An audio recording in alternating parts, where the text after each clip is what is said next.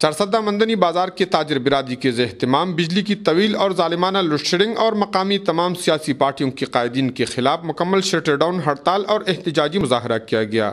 تاجروں نے ٹائر جلا کر مسلسل 5 گھنٹے تک ہری چند چارسدہ روڈ کو ہر قسم کی ٹریفک کے لیے بلاک کر دیا۔ احتجاجی مظاہرے میں مندنی بازار کے تمام تاجروں نے شرکت کی۔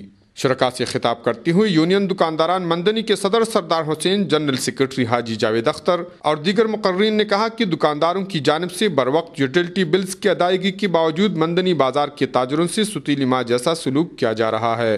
3 ماہ قبل جلی ہوئی 3 ٹرانسفارمروں کو تاجروں کے خرچے پر وابڈہ مرمتی مرکز پہنچایا گیا، لیکن 3 ماہ گزرنے کے باوجود ٹرانسفارمروں کو مرمت نہیں کیا گیا، جس کی وجہ سے مندنی بازار کے 4 کمپیوٹر تعلیمی مراکز کو مجبوراً بند کرنا پڑا۔ 18 گھنٹے کی طویل لوڈ شیڈنگ سے اکثر دکانداروں کا سارا دن ضائع ہو جاتا ہے، جبکہ کم وولٹیج سے برقی آلات کا چلنا تو درکنار اکثر دکانداروں کی مشینیں جل چکی ہیں۔ ان کا کہنا تھا کہ وابڈہ کے دفتروں اور مقامی سیاسی قائدین کے رہائش گاہوں پر حاضری دینا دکانداروں کا عام معمول بن چکا ہے، لیکن اس کے باوجود کسی سیاسی پارٹی کا قائد تاجروں کے لیے مسیحا نہ بن سکا۔